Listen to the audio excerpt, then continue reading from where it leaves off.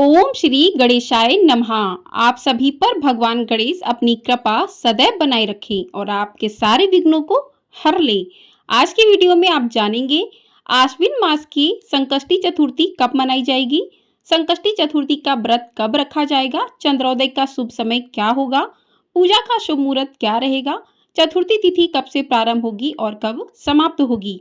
तो आप सभी लोग वीडियो में बने रहिएगा और वीडियो को पूरा जरूर देखिएगा। हमारे हिंदू धर्म में हर माह के कृष्ण पक्ष की चतुर्थी तिथि को संकष्टी चतुर्थी मनाई जाती है। मान्यता है कि इस दिन गणेश जी की पूजा करने से व्यक्ति की सभी मनोकामनाएं पूरी होती हैं। इस दिन भक्त संकष्टी चतुर्थी का व्रत रखते हैं और भगवान श्री गणेश की विधिवत पूजा करते हैं। कहते हैं कि इस दिन भगवान गणेश की विधिवत पूजा करने से भक्तों को शुभ फलों की प्राप्ति होती है, जीवन के सभी विघ्न बाधाओं से मुक्ति मिलती है और घर में सुख समृद्धि और खुशहाली आती है। आश्विन मास की चतुर्थी तिथि को विघ्नराज संकष्टी चतुर्थी व्रत किया जाता है। इसको विघ्नराज संकष्टी चतुर्थी कहा जाता है। गणेश जी को शुभता का प्रतीक माना गया है। इनकी आराधना करने से शुभ फलों की प्राप्ति होती है। आश्विन मास में विघ्नराज संकष्टी चतुर्थी पर व्रत रखकर गणपति जी की पूजा करने से सुख समृद्धि का वास होता है। कहते हैं कि गणेश विसर्जन के बाद बप्पा का आशीर्वाद पाने के लिए संकष्टी चतुर्थी व्रत बेहद महत्वपूर्ण माना जाता है। इसके फलस्वरूप हर कष्ट दूर होते हैं।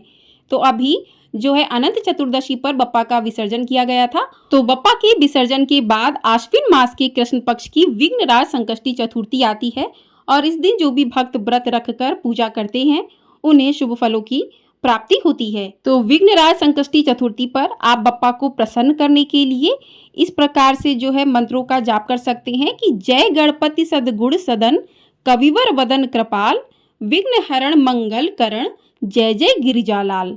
तो इस मंत्रों का इस प्रकार से इसमें आप कह सकते हैं, इससे गणपति बप्पा जो है प्रसन्न होते हैं।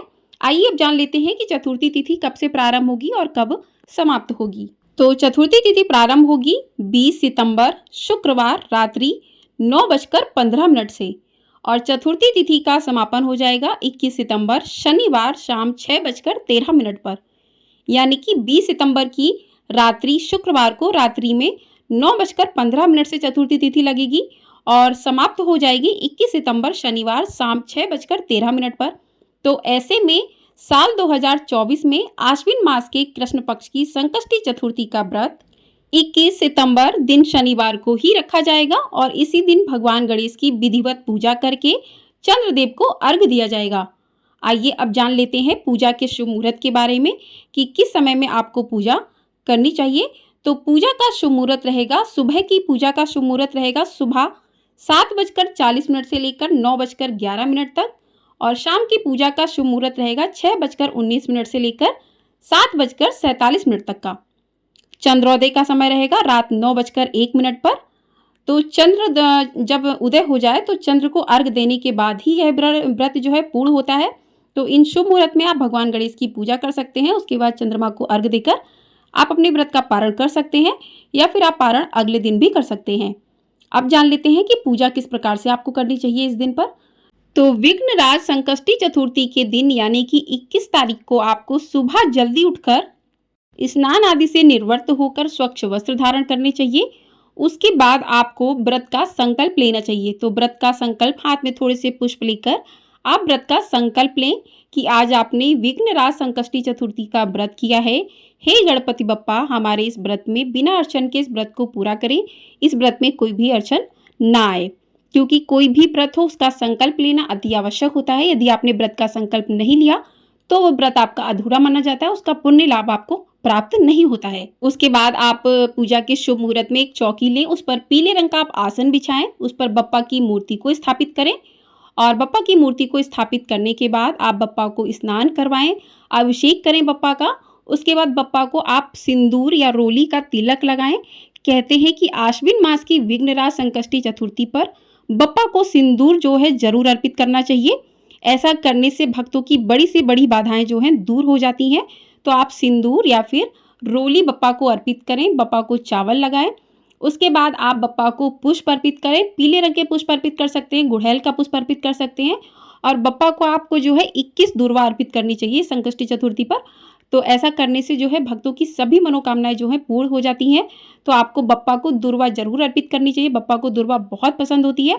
और बप्पा को जो है आप जनेऊ अर्पित करें, वस्त्र रूपी कलावा अर्पित करें। और अगर आपने कोई वस्त्र लिया है, गमछा वगैरह, तो वो भी बप्पा को आप अर्पित कर सकते हैं। जनेऊ अर्पित कीजिए।